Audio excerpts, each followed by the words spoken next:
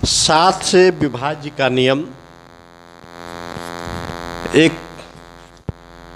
कहुआ का स्टूडेंट बोल रहा था सात से विभाज्य का नियम समझ में नहीं आ रहा है, तो थोड़ा उसको स्पष्ट रूप में समझा रहे हैं।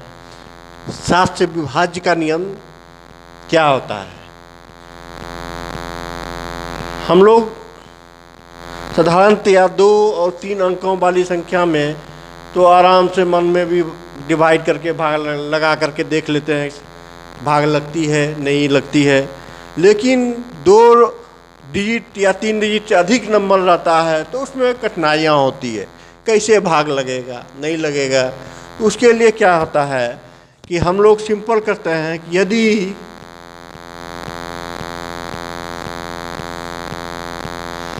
किसी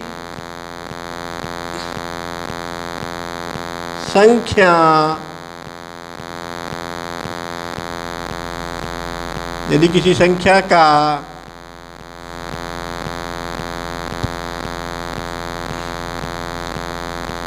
अंतिम 3 अंकों से बनी हुई संख्या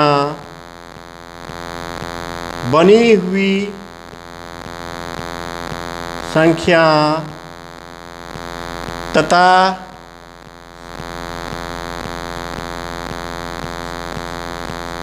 3 अंकों से पहले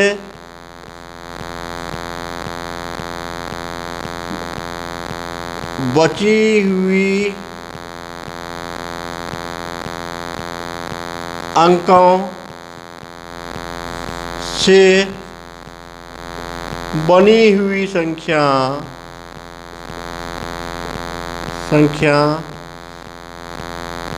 का अंतर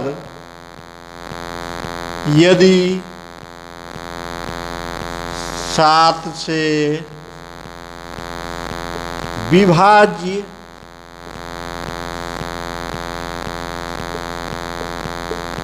होता है तो वह संख्या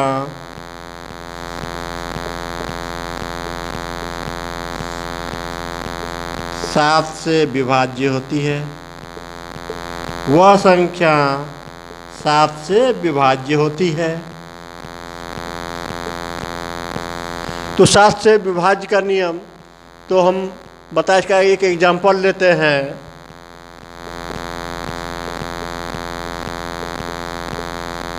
ये एक एग्जाम्पल लिए तो अंतिम 3 संख्या ये है, बड़ी वाली संख्या ये है और बचा हुआ संख्या 117 है। तो बड़ी संख्या में छोटी संख्या को घटाना है, बड़ी संख्या में छोटी संख्या को घटाना है।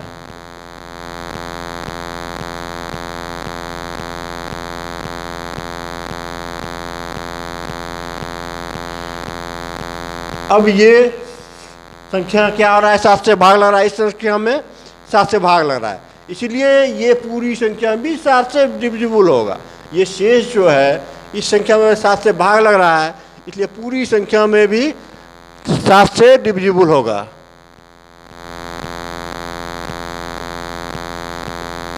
दूसरा एक उदाहरण लेते हैं।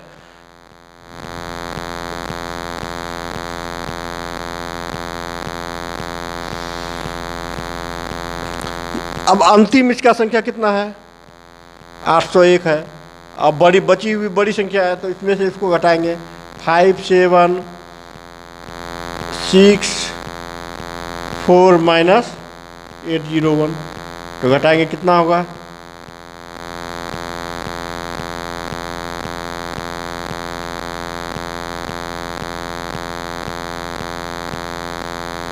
$4963 घटाएंगे तो 4963। अब फिर इसमें से अंतिम संख्या कौन सा है?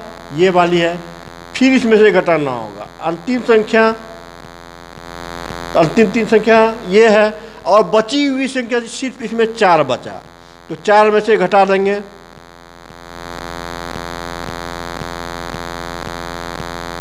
अब देखिए, अब 3 अंक का बचिया। अब 3 अंक में आराम से भाग लगा के देख लेंगे। 7 1 जा 7, 2 रिमेनिंग, 7 3 जा 21, 7 7 जा कैंसिल हो गया।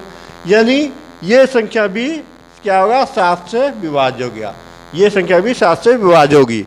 इसमें से सिर्फ देखना है कि अंतिम 3 अंक और बची हुई संख्याओं का अंतर अगर 7 से विभाज्य होती है तो वह संख्या 7 से विभाज्य होगी।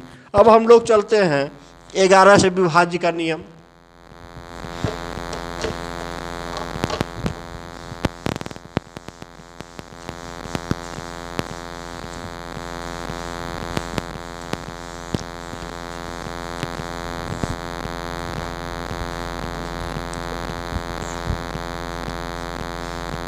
ग्यारह से विभाज्य,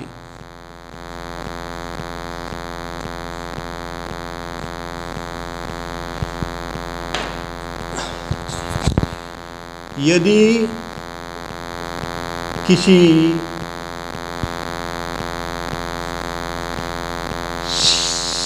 संख्या के सम संख्या वाले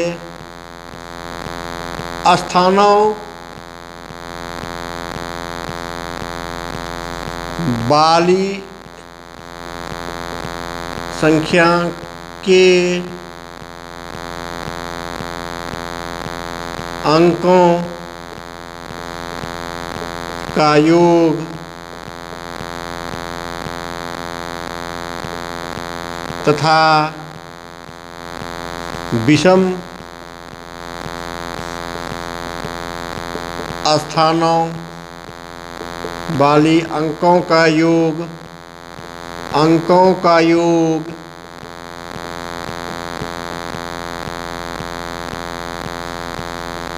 का अंतर 11 से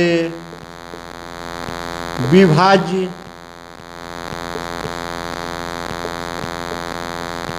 होती है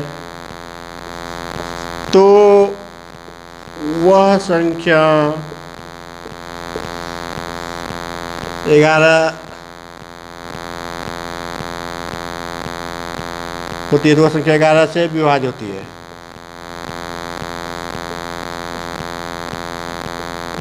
विभाज्य होती है।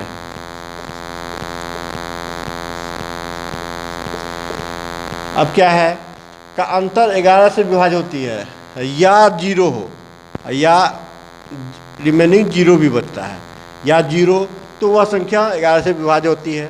हम लोग एग्जाम्पल इसका लेते हैं। एग्जाम्पल हम लोग लेते हैं कि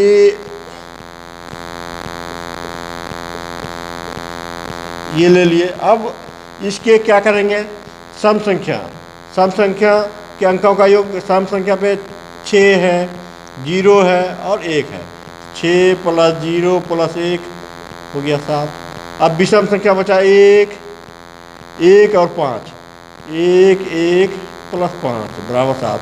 अब देखिए दोनों का अंतर कितना आ रहा है, 0 आ रहा है। सम संख्या के अंकों का योग और विषम संख्या के अंकों का योग। विषम स्थान पे क्या है, 1 है और 5 है, तो इस सब के अंकों का योग जोड़ दिए 7 हुआ। सम संख्या के स्थान पर सम संख्या पे है 6 है, 0 है और 1 है, तो ये इसका अंकों का योग 7 हुआ। दोनों का अंतर क्या आ रहा है, 0 आ रहा है, तो ये संख्या 11 से विभाज्य होगी। 0 या 11 से विभाज्य होगी अंकों का अंतर का योग, तो वह संख्या 11 से विभाज्य होगी। तो वह संख्या 11 से विभाज्य होगी। अब हम लोग नेक्स्ट चलते हैं।